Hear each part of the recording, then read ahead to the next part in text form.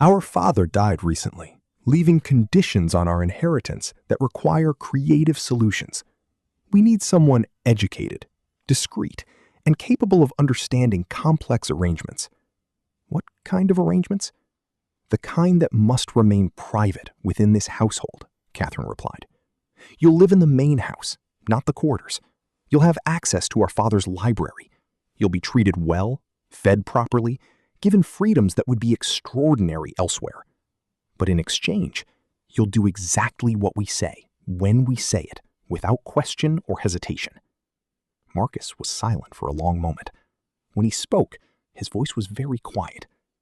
And if I refuse these unnamed terms, then you'll be sold south, Sarah said flatly, to cotton plantations in Mississippi, where educated slaves are worked to death in the fields to break them of any intellectual pretensions. I can have you on a boat within a week.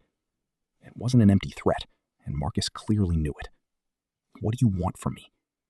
That depends, Catherine said. Can you keep secrets, even ones that could be used as weapons? I've kept secrets my entire life, ma'am. Had to survive. Sarah walked to the window, looking out across the plantation grounds. Our father's will requires us to marry within 24 months or lose everything. But we have no intention of submitting to marriages arranged by men who view us as property to be managed. So, we're going to subvert the terms while technically fulfilling them. I don't understand. You will, Catherine said. But first, we need to know if you can be trusted completely and absolutely. Over the following days, Sarah and Catherine tested Marcus in ways both subtle and overt. They gave him access to their father's library and watched what he read. They asked his opinions on political matters and listened for hints of abolitionist sympathies. They observed how he interacted with the other enslaved people at Bell River, whether he attempted to organize or agitate. Marcus proved remarkably adaptable. He kept to himself, spoke carefully, and demonstrated an intelligence that had clearly been honed through years of navigating dangerous social terrain. He understood that educated slaves existed in a precarious position, valuable enough to be kept, dangerous enough to be feared. What the twins couldn't know yet, was that Marcus had his own secrets and his own agenda. The Granvilles had indeed been Quakers with abolitionist leanings. More than that, they'd been part of an informal network that collected testimony from enslaved people about the realities of plantation life. Marcus had spent 5 years documenting atrocities, recording names and dates and details in a coded shorthand he'd developed. When the Granvilles died, both within a week of each other from fever, their relatives had sold off the estate, including Marcus, before anyone could discover the trunk hidden in the root cellar containing years of carefully preserved evidence.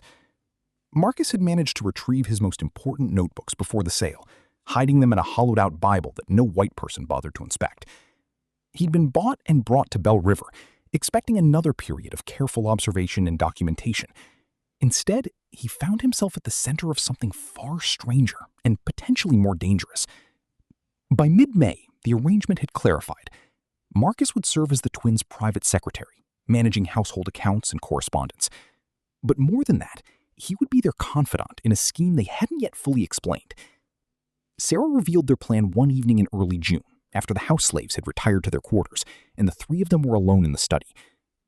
Our father's will requires us to marry and bear children within 24 months, she began.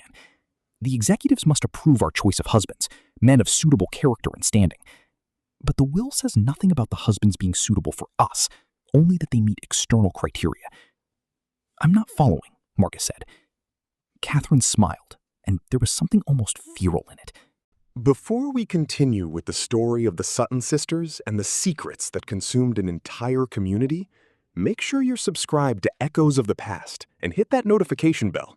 We uncover the darkest corners of American history that textbooks won't touch. We're going to marry men we can control completely. Elderly men, or sickly ones, or men desperate enough for the connection to a wealthy plantation that they'll agree to any terms. Men who will give us legal legitimacy, without interference in how we run Bell River. And the children? Marcus asked, though he was beginning to understand. Biology is biology, Sarah said bluntly. Our father spent 20 years proving that lineage can be strategically managed. The executives need to see marriages and pregnancies. They don't need to see what happens behind closed doors. The full implications hit Marcus like cold water. They wanted him to father their children, to create the appearance of legitimate heirs, while the twins maintained control through marriages that existed only on paper. "You're asking me to commit an act that could get all of us killed," he said slowly. "If anyone discovered, no one will discover," Catherine interrupted. "We control this household completely. The marriages will be arranged carefully. We'll manage every detail, every possible witness, every piece of evidence. You'll be protected." "Protected?" Marcus laughed bitterly. "I'm a slave. There's no protection for me. If this fails, you'll be ruined socially, perhaps sent away somewhere." "I'll be hanged or burned alive, which is why you'll be motivated to ensure it doesn't fail," Sarah said. "And in exchange, you'll receive something worth the risk." "What could possibly be worth freedom?" Catherine said quietly. "Documented legal freedom and enough money to go north and start a new life. We'll wait until after the children are born and the estate is secure. Then we'll manumit you, provide funds, and send you away with a cover story that holds up to scrutiny." Marcus looked between them, searching for deception or false promises. "And if I refuse?" "You won't," Sarah said with certainty, "because you want freedom more than you fear death, and you're smart enough to recognize this as your only real chance." She was right, and he knew it. But there was something else at play, something the twins hadn't considered. Marcus saw in their scheme not just a path to personal freedom, but an opportunity to document and expose the entire system. If he could gather evidence about the Sutton family's secrets, about the Colonel's experiments, about the network of planters and overseers who'd collaborated in decades of atrocities, he could send that information north and strike a blow against the institution that had stolen his life. "I'll do it," he said finally, "on one condition." "You're not in a position to make conditions," Catherine said. "I am. If you want my cooperation rather than my resentful compliance, I want to know everything." "Your father's journals, his correspondence, his breeding logs, all of it. If I'm risking my life for this scheme, I deserve to understand the full context." The twins considered this. Giving Marcus unrestricted access to their father's papers was dangerous, but refusing might create exactly the resentful compliance he'd mentioned. "Agreed," Sarah said. "But you'll study them here, in this room, under our supervision. Nothing leaves this house." Acceptable. What none of them said aloud was that they'd each just made a bargain with someone they didn't fully trust, gambling their futures on a deception so audacious it could only succeed if every element aligned perfectly. And in Lowndes County, Alabama in 1847, perfection was in very short supply. Ormento Denson. The summer months brought oppressive heat to Bell River, the kind that made the air thick as syrup and turned every physical task into an ordeal. But inside the main house, behind closed shutters and drawn curtains, a different kind of pressure built. Sarah and Catherine began their search for suitable husbands with the cold calculation their father had taught them. They needed men who met the executive's criteria for character and standing while being vulnerable enough to manipulate. They compiled a list from Osgood's suggestions and their own observations of Lowndes County society. The first candidate was Mr. Edmund Varley, a 68-year-old widower whose cotton operation had struggled since his sons moved west to seek opportunities in Texas. Varley had been a friend of the Colonel's and expressed immediate interest when approached about a potential match with one of the twins. "A beautiful opportunity," he declared during his first visit to Bell River in July, his watery eyes roaming over Catherine with an expression that made her skin crawl. "Union of two fine properties, continuation of your father's legacy. I'd be honored to guide you through the complexities of plantation management." Catherine smiled and said nothing. After Varley left, she scrubbed her hands raw in the wash basin, as if she could remove the memory of his palm on her arm during the tour of the grounds. "He'll do," Sarah said clinically.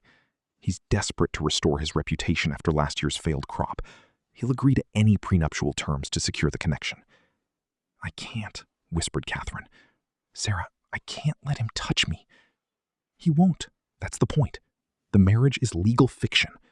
Marcus fathers the child, Varley gets credit, and we maintain control." But arranging two such marriages proved more complex than anticipated. The executives, particularly Breetonage, had strong opinions about suitable matches. When Sarah suggested she might marry a merchant from Mobile, a man of 42 with moderate success in the cotton trade, Breetonage rejected him immediately. "Unsuitable background," he declared. "Your father intended you to marry into established planter families, not commercial classes. The man's grandfather was an indentured servant, for God's sake." The twins pushed back, arguing that the will's language didn't specify planter families, only men of suitable character and standing. But Breetonage held firm, threatening to petition the courts to clarify the will's intent if they continued pushing inappropriate candidates. "He's trying to force us into marriages that benefit him," Sarah fumed after one particularly contentious meeting. "He has sons. You realize he's probably angling to marry one of us off to his own family." While the marriage negotiations dragged on, Marcus immersed himself in Colonel Sutton's papers. What he found there exceeded his worst expectations. The Colonel's breeding program had operated for 2 decades with systematic brutality. He'd forced specific pairings, sold away children who didn't meet his criteria, and separated families with no consideration for human bonds. He documented everything in clinical language. Before we continue, the next chapter of this story is already live and waiting for you in our playlist. If you want to know what happened next, who survived, and what secrets were still buried in the ashes, go to the Echoes of the Past playlist now. The next part is ready for you immediately.